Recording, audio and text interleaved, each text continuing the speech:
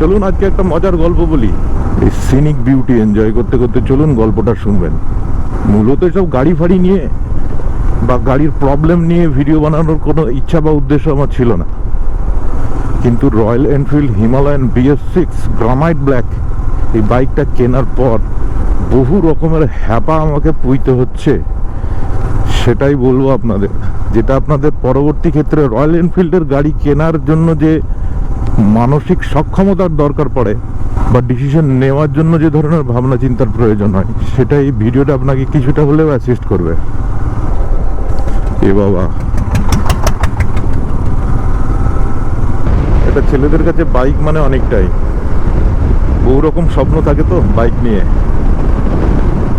এবার গত বছর ঠিক এ সময় ডিসেম্বরের দিকেই আমি এই বাইকটা পারচেজ করি।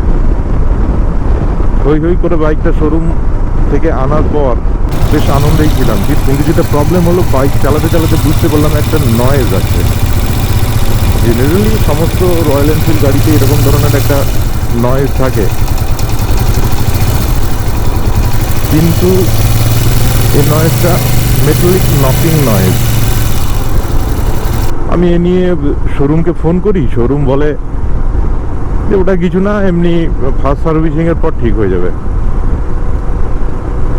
এবার ওরা যা বলে তা বিশ্বাস না করা ছাড়া উপায় নেই, তাই আমিও বাইকটা কিছুদিন চালাতে থাকি। চালানোর পর যেটা হয়, নয়েজটা কিন্তু ক্রমশ বাড়তে থাকে এবং ওটা সবসময় হয় না।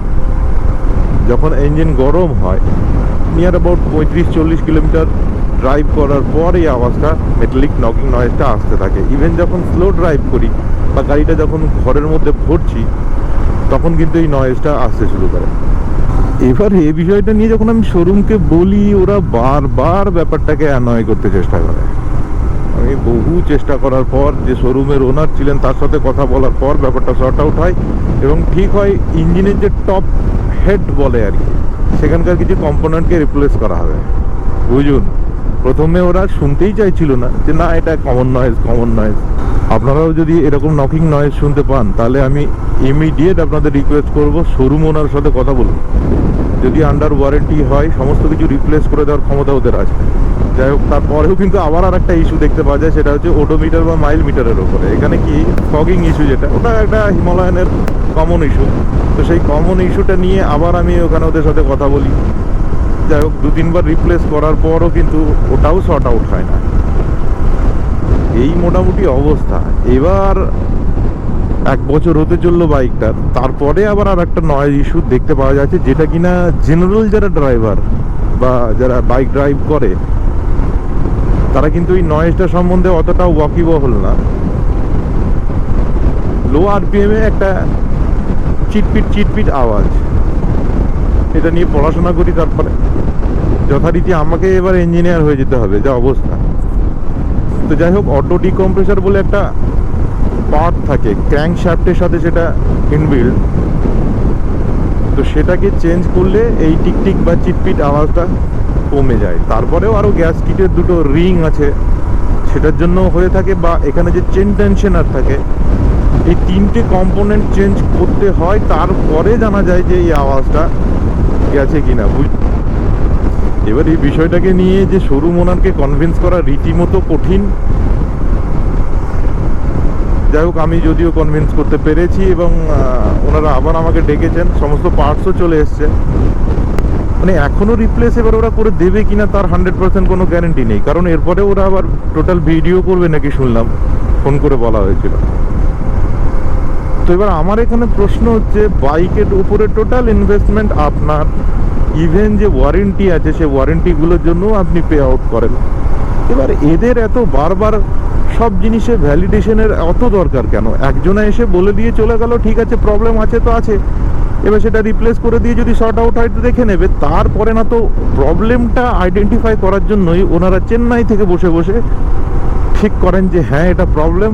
মানে যারা নিচে সার্ভিস সেন্টারে কাজ করছে তাদের কথার অতটা গুরুত্ব বা ভ্যালু দেয় বলে আমার মনে হয়। সব জিনিসে ওরা ভিডিও কনফারেন্সিং করে এবং ওখান থেকে অডিওর মাধ্যমে যা যদি নয়েজের প্রবলেম হয়, যেটাকে শুনে ওদের যা মনে হয়, বা ওদের যে মিটার আছে সেই মিটার যেটা রিডিং দেয়, সেই অনুযায়ী ওনারা ডিসিশন নেন। এবার এখানে কথা হলো মিটারে সমস্ত অডিও বা বিশেষ করে অ্যানোয়িং নয়েজ ধরা পড়ে না। যারা ড্রাইভ করে বা যারা একটু ইঞ্জিন সম্বন্ধে ওয়াকিবহল কোনটা নর্মাল নয়েজ আর কোনটা অ্যাবনর্মাল নয়েজ তাদের কাছে একটা অবধারণা থেকেই থাকে। তো সেই পয়েন্ট অফ ভিউ থেকে আমিও প্রবলেমটাকে ডিটেক্ট করেছিলাম। না ডিটেক্ট করতে পারলে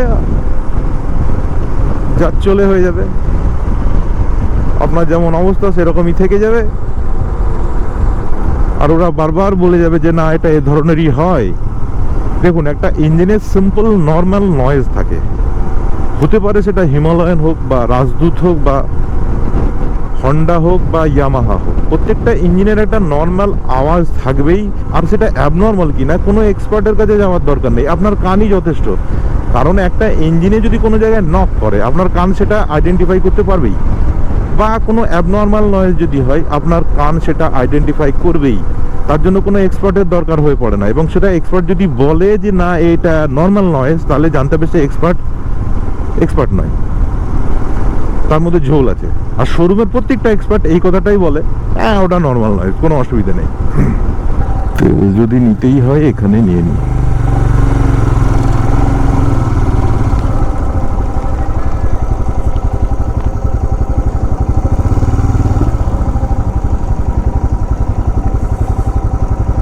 ভাবা যায় ডেনসিটি মিটার ঠিক নেই, বলতে গেলে এমন বাঁকা ভাবে চায়। আসলে নিজের অধিকারগুলো নিয়ে বলাটা সত্যি এখন একটু ঝামেলার বিষয়। কে কি মাইন্ড করছে, এবার যদিও এসব জিনিস নিয়ে বদার করা উচিত নয়, কিন্তু ব্যাপারটা ঠিক এরকম। আমি বাবা যুধিষ্ঠির, তুমি কি করে আমার উপরে সন্দেহ প্রকাশ করো? তো এই করে চলছে আর কি। তো যাই হোক, এবার যেটা আজকে তো বৃহস্পতিবার, এবার বৃহস্পতিবারে খোলা থাকবে কিনা সেটা একটা গল্প। যদিও আমাকে কাল ফোন করে ইনফর্ম করা হয়েছিল। রয়্যাল এনফিল্ডের বাইক যদি আপনি পারচেজ করতে চান তাহলে আপনাকে ইঞ্জিন সম্বন্ধে একটু ধারণা থাকতে হবে, নাহলে ওরা কিন্তু হ্যাঁ না করে অনেক কিছুই প্রবলেম আছে যেগুলো ঢাকার চেষ্টা করে। আপনাকে নিজের দায়িত্বে ওগুলো সারিয়ে নিতে হবে।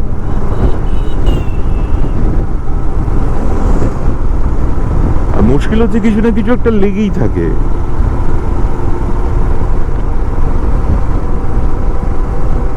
এবার ধরুন ইনিশিয়াল স্টেজে যে আমি 3টে প্রবলেমের কথা বললাম, এটা যে উপরের টপ হেড, এটা 22-25 হাজার টাকা প্রাইস। তারপরে যে ওডোমিটারের প্রবলেম, এটা মোটামুটি 10-12 হাজার। আর এই যে ক্র্যাঙ্ক শ্যাফটের যে গল্প, যেখানে অটো ডিকম্প্রেসার আছে প্লাস গ্যাস কিট, এই সমস্ত নিয়েও প্রায় 14-15 হাজার। বুঝতে পারছেন এগুলো যদি পারচেজ করতে হয় আপনার অবস্থাটা কি দাঁড়াবে। তাই ওয়ারেন্টি থাকতে থাকতে আমার রিকোয়েস্ট, বিভিন্নভাবে খুঁটিয়ে ড্রাইভ করুন এবং বিভিন্ন যে প্রবলেমসগুলো আছে সেগুলো সর্ট আউট করে নেওয়ার চেষ্টা করুন। যদিও আমার ওয়ারেন্টি 5 ইয়ার্সের, তো এটাই ছিল বিষয়বস্তু। এবার যদি কোনোভাবে রিপেয়ারিং ফুটেজ আমি ম্যানেজ করতে পারি, ওরা এ সমস্ত রেকর্ডিং করতে দেয় না, যদি ম্যানেজ করতে পারি এগুলো আমি সাথে সাথে অ্যাটাচ করার চেষ্টা করব। হয়তো এর জন্য আরেকটা ভিডিও বানাতে হতে পারে। এবার আমার চ্যানেলটা মূলত কিন্তু রিপেয়ারিং ভিডিও দেখানোর জন্য নয়, ছোট ছোট ব্লগ যেগুলো বিভিন্ন ধর্মী হবে। যদি আপনি ইন্টারেস্টেড হন তাহলে আপনি বলবো চ্যানেলটাকে সাবস্ক্রাইব করে রাখুন।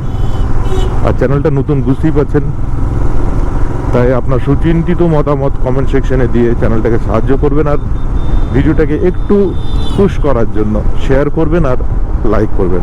তো চলুন, আমার গন্তব্য আপাতত এসে গেছে। এবার দেখি আমাকে আজ রিপেয়ারিং করে দেয় না ফিরিয়ে দেয়। পরবর্তী আপডেট নেক্সট ভিডিও দিচ্ছি। চলুন, বাই।